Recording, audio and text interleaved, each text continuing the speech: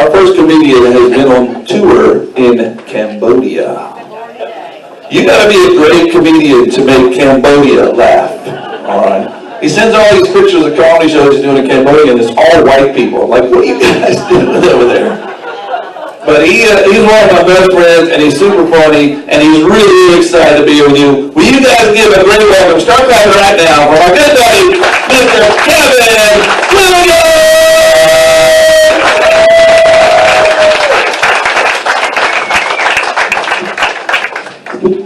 Thank you, Creekside. Keith is talking about, I'm actually in Cambodia. I'm living in Cambodia now. And I'm trying to diversify my comedy portfolio by performing in Cambodia. And then I come back here and Keith puts me on the most homogenous lineup since the 1946 Brooklyn Dodgers.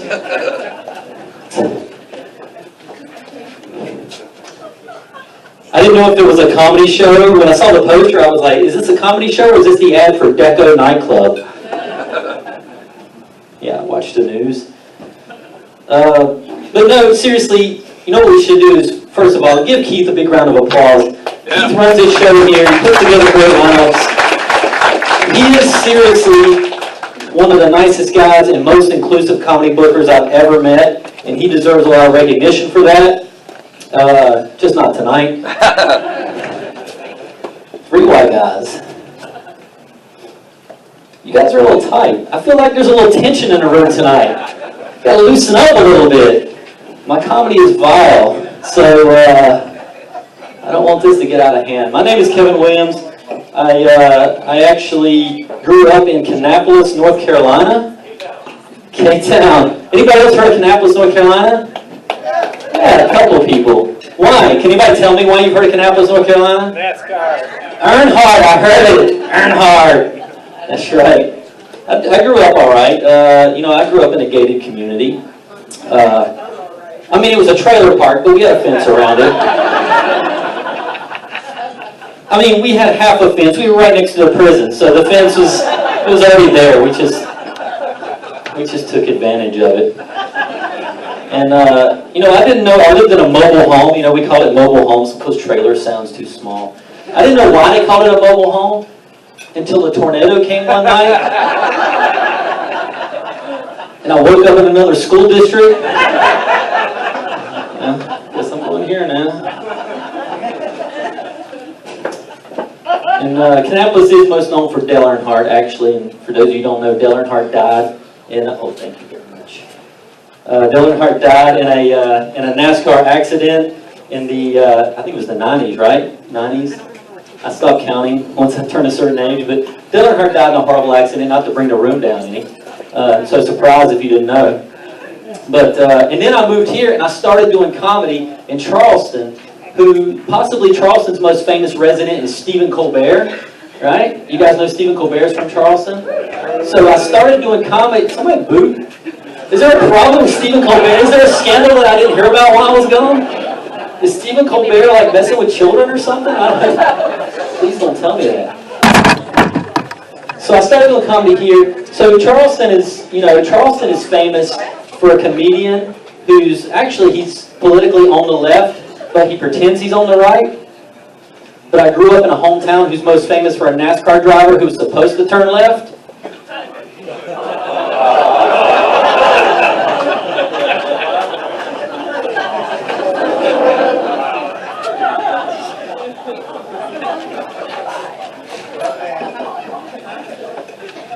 I told you it was going to be bad.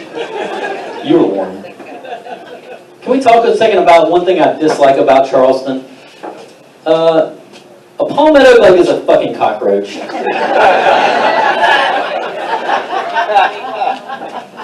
Like if you were, put yourself in this situation. If you're at a bar, you meet a nice young man, young lady, whatever, and during the conversation the light hits them just right on the face, and you see a big sore right on the corner of their mouth. It's like a oozing, pussy sore. And you're like, is that herpes? And they see you looking at it, and they're like, no, don't worry about this. This is the palmetto pimple. It's good. Doesn't make it any better. I live in Cambodia now. I actually do. It's a country in Asia, if you haven't heard of it. And they call it the Land of Wonders. Like, that's their kind of unofficial nickname, the Land of Wonders. And it's true, actually. It is the Land of Wonders because I wonder stuff every day. Like, I wonder if those people in the park think I'm a creepy sex bat. And I'm just laughing at her laugh, sorry. She caught me off guard. And I wonder if I'm going to shit myself today. And I wonder if that ladyboy has a bigger dick than I do. The answer to that last one is yes, probably. There are a lot of creeps in Cambodia. Actually, it's a sex tourism kind of place. That's not why I'm there, I swear to God. I actually work there. But there is a lot of sex tourism there. But I find myself like being defensive. Even though I'm there for legitimate reasons, I walk around and I feel like everybody's judging me. Like, oh, there's another white guy who's here for nefarious reasons. Like, and it's gotten to the point where I won't even interact with children anymore. Like, I like children, but if I'm in the park with my dog and a kid comes up and tries to pet my dog, I will run away and stranger danger. There are a few things about Cambodia I wish that I could bring to the United States. There's a couple inventions that they have that we really need here. The first one is actually, it's ingenious and everybody in this room can do it. The men there have figured this thing out. First of all, Cambodia is always hot. It's like 100 degrees year-round. It's always humid. It's like being here in the summer, but it's like that year-round. And the men have figured this thing out where if they get hot during the middle of the day and they want to cool off for a second, they just do this number. And then they walk around the rest of the day just like this. They rub it a little bit, you know, just to help dissipate the heat. I'm glad you guys just got your food. The best part of this is, I know when they came in here like 2 hours early, I was here, they probably had a conversation of whether or not they should sit on the front row. And he was like, I don't want to do it. And she was like, no, it'll be fine. Nothing bad will happen. Surely the first comic won't get his disgusting white belly out while we're trying to eat our pretzel roll. Welcome to Creekside. The second thing, though, the thing that I really want to bring back from Cambodia is the bum gun. Has anyone heard of the bum gun? I'm going to blow some minds right now. The bum gun is an invention. It's a toilet invention. Who here has heard of the bidet? Yeah, the bidet. The bidet is the friendly cousin of the bum gun. The bidet, in case you don't know, for those who didn't say yes, the bidet is when you finish your business. Usually the fancy Japanese bidets are the best. You finish your business and you hit a button and a little nozzle comes out in the toilet and it shoots up a refreshing stream of water right onto the old starfish. It cleans you up. And it's nice. It's a refreshing, it's just like a little squirt. It's nice. It feels good. The bum gun, on the other hand, they decided they were just going to mount a kitchen, like, you know your kitchen sink? You have that thing to wash your dishes, the hose that comes out with the high-pressure nozzle? They just decided, why not mount one of those next to the toilet, and then you just pick it up when you're ready, and you spray high-pressure water right into that area. Now let me explain the difference between the two, so you understand, because everybody here can relate. The bidet is like when you have that first girlfriend, and you guys have been together for a while, and she's real innocent, and she decides she's going to be freaky one night. So she goes around to the backside, you know? She's going to be really freaky. And she gets around back there, and she gives it a little kiss. Just a little, you know. You guys know what I'm talking about. Just a little, right there. Nice and gentle. The bum gun, on the other hand, is like that girl you met at the 311 concert in Myrtle Beach with the choker and the full back like butterfly tattoo. And she goes around back there and just goes.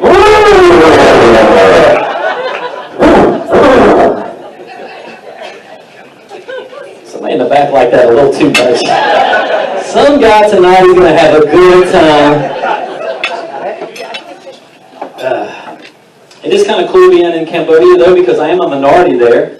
And it's unusual for a white male. You know, it feels weird. I'm a minority in a country. But I got to say, it's actually helped me out a lot. I feel like for the first time in my life, I feel a little bit of empathy for the black man in America. And I got to say, it's not all bad. I'm kind of getting used to having a larger than average penis. Nobody believes me. That's the sad part of that. One of my friends there, she lived in Canada for a while, and then she lived in the U.S. for a while, and she said, one day just out of the blue, she's like, how tall are you? Aren't you like 6'7"? And I was like, at first I was taken aback. I was like, how could she be so off? I mean, look, I'm not 6'7", obviously. But then on second thought, I was so relieved to find out when you convert from the metric system to the imperial system, it adds a bunch of inches. So I was like, this might work out for me in the long run. I'm just going to keep my mouth shut. Speaking of that, fellas, is anybody else in here pissed that Magnum Minis are ice cream? I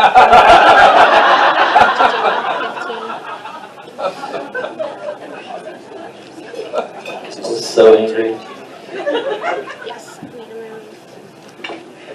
I saw a monk. There's a lot of monks there. And I saw one in the park one day. He was using an iPhone.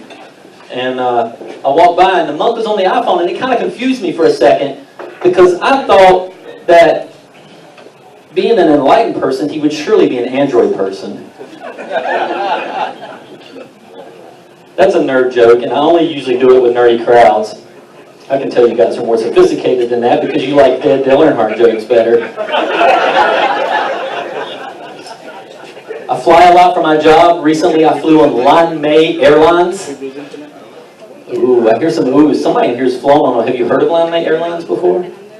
No? But you will when they crash soon.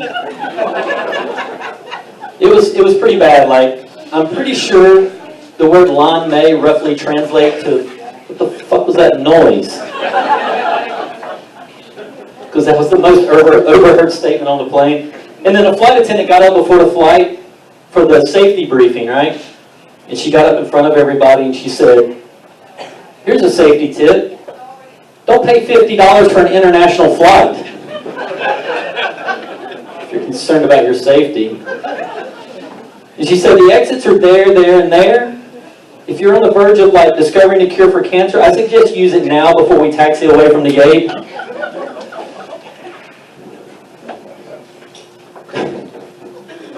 I heard the barely audible Jesus. That's the reaction I go for usually, is I like getting the Jesus reaction, and I know I'm hitting my base demographic here. I'm going around. I came back here, and now there's some weird TV shows in America, right, that weren't here when I left. The first one is Who Wants to Date a Comedian? This is a real show. Yeah, this is a real show. It's Who Wants to Date a Comedian? So I was like, oh, I'm going to watch this. This might be interesting. And I watched it, and it was just 30 minutes of people on the street going, nah, I'm good. I'll take a pass. The other one that's kind of popular here is called Game of Clones. Yeah, somebody's a Game of Clones fan. Game of Clones roughly is a show where they take a celebrity, or quasi-celebrity in this case, like Pauly D from the Jersey Shore, and they ask Pauly D, like, what's your ideal woman? Because I'm sure it's like, you know, a postdoctorate, you know, it's going to be ugly, whatever. But they ask Pauly D, hey, what's your most ideal woman? And he describes her, obviously physically, because I don't think he cares about anything else. And then they get 7 people who look exactly like this description and bring them in, and they have a dating game show to see who he picks as his date. And I watched this show, and I started thinking, that show would be a hell of a lot easier to cast in Asia.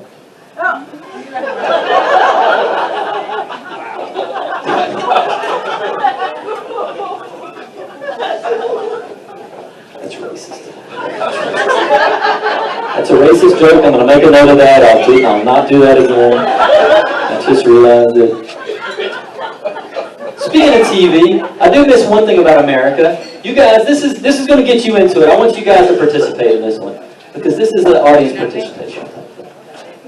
The one thing I do miss about America is generic food commercials. Now bear with me, because I know you know exactly what I'm talking about as soon as I say it. The incredible edible egg. Pork. The other? White meat. White meat. Beef. It's what's? For dinner. For dinner. We have generic food commercials. It's not a specific brand of eggs, beef, or pork. It's just generic.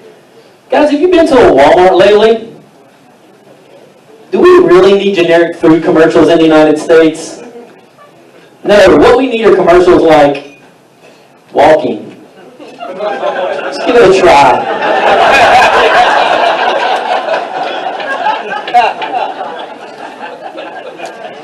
Or my favorite would be condoms. For fuck's sake, start wearing them. They agree with me on that one. There was something in the news that kind of caught my attention, and it was a children's fight club. I think this happened last year sometime. This was all over the news. Some kindergarten teacher got busted holding a children's fight club. She was letting kindergartners punch each other in the face. She was charging people admission to come watch these fights. That's right. Look it up, it's true. And when I saw this story made me really sad, you guys. Made me really sad. Because I'm 42 years old, and I've never been invited to a children's fight club. It made me rethink who my friends really are. Like, none of these people care about me. They don't know what I like.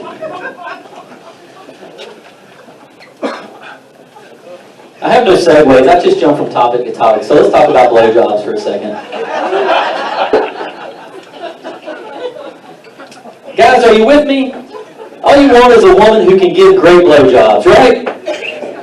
That was a murmur. Because most of you are with women and you don't want to. You want, they're like, shut up, dude. We want one every now and then. We're not going to agree with you on that. When guys are alone, they talk about these things. And guys are like, oh, I just want a woman who can give a great blowjob. But you know what guys never talk about? Is how did the women get good at giving blowjobs? We never think about that part of it. I don't think women are born with this ability, or men, you know, whatever. I don't think you're born with this ability. This is something you develop with hours and hours of practice.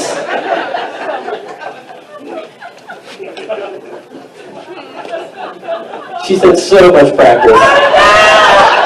I wasn't going to call her out, but I had to. This was good. I've been doing comedy all over. I've been doing comedy in Asia. I did comedy on a boat on the Sea of Bali, and it was like 6-foot seas, and people were throwing up all over the boat, probably because of my comedy. But you know, they were throwing. And then I did comedy in Khe Sanh Road in Bangkok. Has anyone been to Bangkok and Khe Sanh Road? Khe Sanh Road is like this backpacker haven, and it's just packed. It's wall-to-wall people, and you have these ladies who walk around on Khe Sanh Road, and they're dressed in very traditional Thai clothing, and they're selling very traditional Thai handicrafts, like bracelets that say, "I heart eating ass." And I did a comedy show in Cambodia one time, and this girl came up to me after the show, and she said, "Believe it or not, you are my favorite." And at first I was like, oh, a compliment. I don't get those. And then I was like, wait a minute. Believe it or not is something you put in front of something that's typically not believable, right? You go like, hey, believe it or not, I've got 11 toes. I'd be like, oh, that's kind of cool. You don't do it when it's supposed to be true. Do you guys think that entering the priesthood is the incorrect term? You know, when Catholic priestesses, when Catholic priests decide they're going to become a Catholic priest, they call it entering the priesthood, right? I think this is inaccurate. I think instead we should change it to entering the altar boy. I knew I'd get you back.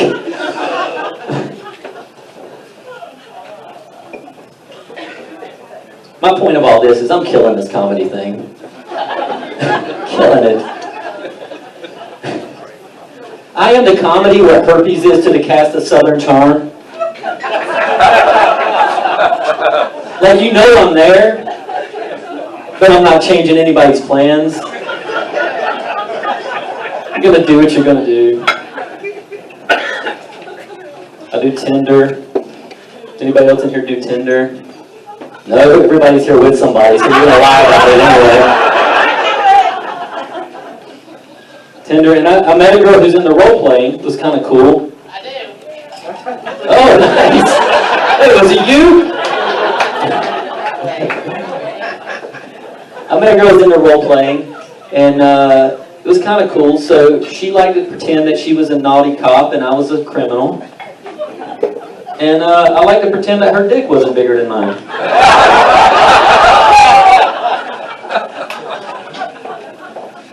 That's called a callback. Comedy term. I got a smartwatch. And it's kind of cool. It tells you how many steps you've taken. It tells you how many miles you've walked. It tells you how many flights of stairs you've gone up. But for the first 2 weeks I had it, I thought it was broken, because every time I had sex with it on,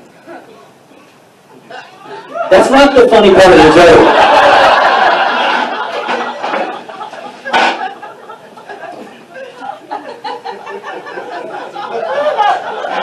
My feelings are truly hurt, and I'll expect an apology from you after the show. Every time I had sex with it on, it said I was burning 0 calories. And then I just realized I had it on the wrong wrist.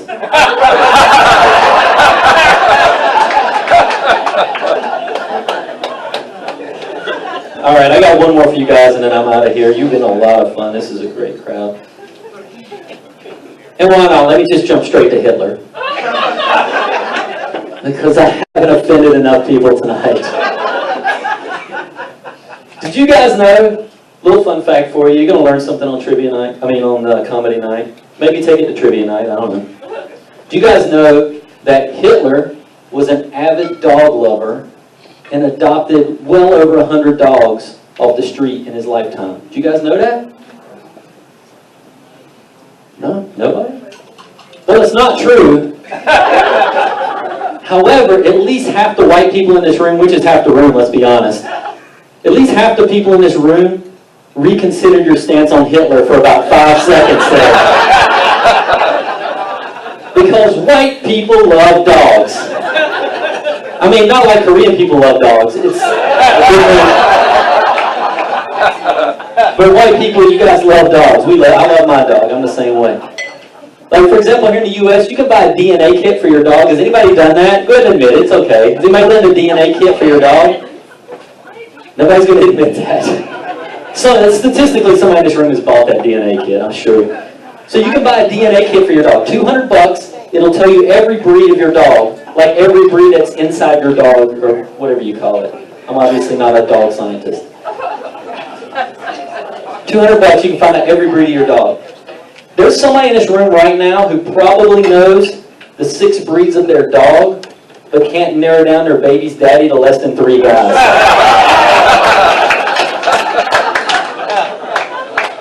I'm not looking at anybody. Guys, thanks a lot for having me on. My name's Kevin Williams. Let's get Kiki back up here to bring up the next comedian. You guys are going to love these next 2. Give it up for Kevin Williams! Fresh on his Cambodia tour. I really learned something tonight. I like the idea of pulling the shirt up when you're hot. I'm actually a little hot right now. Do you guys mind?